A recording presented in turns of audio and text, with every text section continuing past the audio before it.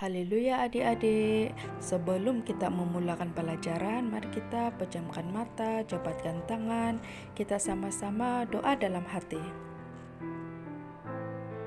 Haleluya, amin. Hari ini kita sambung pelajaran menceritakan kisah perjalanan orang Israel menuju ke tanah Kanaan. Orang Israel telah keluar dari Mesir dan hampir sampai ke tanah Kanaan. Tuhan menyuruh Musa untuk mengirim penyiasat menjelajahi negeri Kanaan. Ini adalah tanah yang Tuhan berikan kepada orang-orang Israel. Jadi Musa menghantar 12 orang penyiasat, satu pemimpin dari setiap suku keluarga.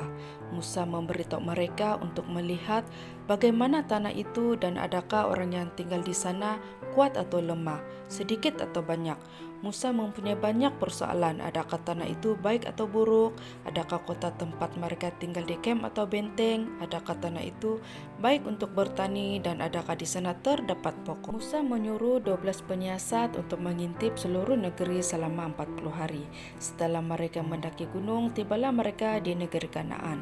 Mereka melihat pada pohon anggur terdapat bertandan-tandan buah anggur yang besar. Lalu mereka memotong sebuah cabang anggur yang sangat besar yang diperlukannya dan dua lelaki memikulnya di tiang. Kemudian mereka kembali untuk memberitahu Musa dan Harun serta orang Israel apa yang mereka lihat. Mereka mengatakan bahwa tanahnya baik dan subur, sama seperti yang Tuhan gambarkan bahwa tanah itu berlimpah susu dan madu. Tetapi orang-orang yang tinggal di sana sangat tinggi dan kuat. Di bandar-bandar tempat mereka tinggal adalah besar dan terlindung dengan baik. Kemudian Kaleb, salah seorang lelaki yang dikirim untuk mengintip tanah itu, mengatakan bahwa kita harus naik dan merebut tanah yang kita pasti dapat menakluknya dengan pertolongan Tuhan.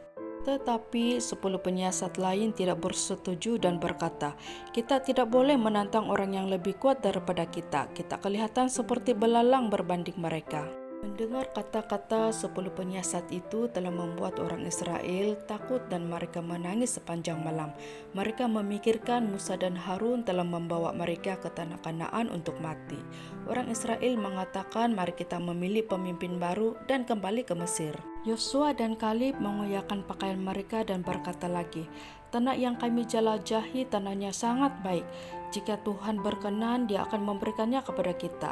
Jangan takut kepada orang-orang yang tinggal di sana, karena Tuhan pasti bersama kita.